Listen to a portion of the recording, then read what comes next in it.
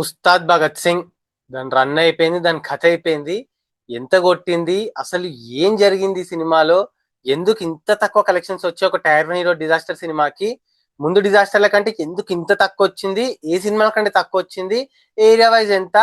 అసలు ఏం జరిగింది ఇందులో అనేది మాట్లాడుకుందాం. సో జర మన కంటెంట్ నచ్చితే మరి లైక్ షేర్ అండ్ సబ్స్క్రైబ్ చేసుకుని అయిపోటేసేయండి ప్లీజ్. ఈ సమ్మర్ లో పెద్దని పక్కన పెడితే, ఎందుకంటే అది వస్తుందా రాదా అనేది తెలియట్లేదు కాబట్టి దాన్ని పక్కన పెడితే, ఈ సమ్మర్ కి టైర్ వన్ హీరో సినిమా అంటే ఉస్తాద్ భగత్ సింగే.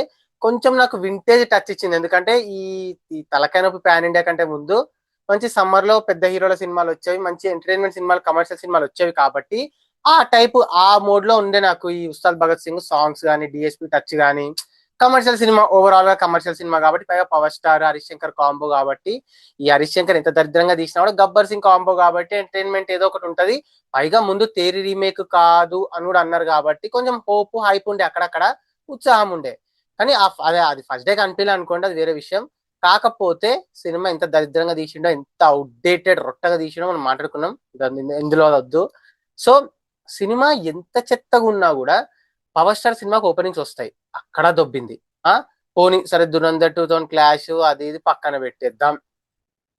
ఆచార్య, వినయ విధేయరామ, అజ్ఞాతవాసి, రాధేశ్యామ్, మళ్ళీ హరిహర వీరమల్లు, ఇన్ని స్క్రాప్ ప్రోడక్ట్ల తర్వాత ఇవన్నీ ఎన్నో ఇయర్స్ ముందు వచ్చాయి. ఈ స్క్రాప్ ప్రోడక్ట్ల కంటే కూడా తక్కువ కలెక్ట్ చేయడం అనేది అసలు ఏమో. ఇక సరే పోన్లే, ఆచార్య కంటే కొంచెం ఎక్కువనే కొట్టింది. ఈ సినిమా వినయ విధేయరామ, అజ్ఞాతవాసి, రాధేశ్యామ్, హరిహర వీరమల్లు ఈ సినిమాల కంటే తక్కువ కొట్టడం ఏంది ఒక కమర్షియల్ సినిమా? లైక్ ఒకసారి ఒక ఎక్స్పెరిమెంటల్ ఫిలిం అంటే టాక్ బాగాలేదు కాబట్టి సినిమా జనాలు చూడరు, ఎక్స్పెరిమెంట్ కాబట్టి. కమర్షియల్ సినిమా కదా, సమ్మర్ కదా, ఉగాది రోజు రిలీజ్ కదా, క్లాష్ తో హల్చేది కదా, ఇంకేంటి అసలు? తెలుసు పవన్ కళ్యాణ్ సినిమాని ఒక సెక్షన్ ఆఫ్ ఆడియన్స్ చూడడం మానేశారని తెలుసు, కానీ మరింత దారుణం అనుకోలేదు. అసలు నంబర్స్ 100 కోట్లు గ్రాస్ కొట్టకపోవడం ఏంది, 55 కోట్ల దగ్గర ఆగిపోవడం ఏంది షేర్ పరంగా? అసలు మామూలు హ్యూమిలేషన్ కాదు ఇది ఫ్యాన్స్ కానీ, అసలు ప్రోడక్ట్ కానీ. ఎన్నో సినిమాలు అసలు పాత సినిమాలు అంటే లైక్ ఎంత బ్రహ్మోత్సవము, ఆగడు, మళ్ళీ కాటమరాయుడు కంటే తక్కువ, కాటమరాయుడు, సర్దార్ గబ్బర్ సింగ్ ఈ సినిమాలతో పోలిస్తే ఇప్పుడు ఆగడు అనుకోండి, ఆగడు కానీ కాటమరాయుడు కానీ ఇవి ఆగడు కంటే ఫుట్ ఫాల్స్ పరంగా చాలా తక్కువ, సర్దార్ గబ్బర్ సింగ్ కంటే కలెక్షన్స్ కూడా తక్కువ, ఫుట్ ఫాల్స్ తక్కువ.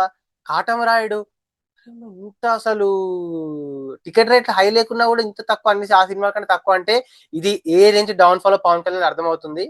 సో మాక్సిమం రిటైర్మెంట్ ఇంకా నెక్స్ట్ ఏదో ఒకటి రెండు సినిమాలు ఉన్నాయి కానీ అసలు హరిశంకర్ కాంబో సినిమానే ఇంత తక్కువ కలెక్ట్ చేసిందంటే వేరే సినిమాలో టాక్ రాకపోతే అయితే ఘోరాది ఘోరం అయిపోద్ది. So anyway, area wise collections పైన ఒక లుక్ వేద్దాం. నైజాంలో 16 కోట్ల షేర్, ఇక్కడ బ్రేక్ ఈవెన్ టార్గెట్ 46 కోట్లు. మామూలు లాస్ కాదు, ఇక్కడ ఘోరం.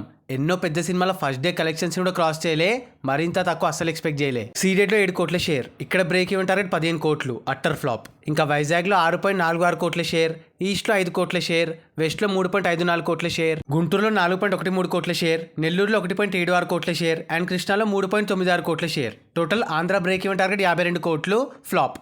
అలా తెలుగు స్టేట్స్లో క్లోజింగ్లో 47.83 కోట్ల షేర్ అండ్ 77.3 కోట్ల గ్రాస్తో one of the biggest loss ventures ఉండిపోయింది. Telugu states break even target 113 కోట్లు, అంటే 66 కోట్ల loss. And Karnataka, rest of India కలిపి 3.5 కోట్ల షేర్, ఇక్కడ బ్రేక్ ఈవెన్ టార్గెట్ 7 కోట్లు. ఓవర్సీస్లో 3.98 కోట్ల షేర్, ఇక్కడ బ్రేక్ ఈవెన్ టార్గెట్ 12 కోట్లు. అలా టోటల్ వరల్డ్ వైడ్గా 55.25 కోట్ల షేర్ అండ్ 96 కోట్ల గ్రాస్ కలెక్ట్ చేసింది.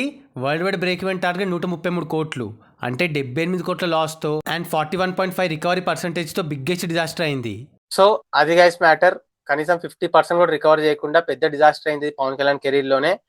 అండ్ అదే ఏరియా వైజ్ కలెక్షన్స్ లాస్ అంతా. ఇంకా మంచి ఇంట్రెస్టింగ్ వీడియోతో మళ్ళీ కలుద్దాం. Bye, signing off, Team Cinematic world.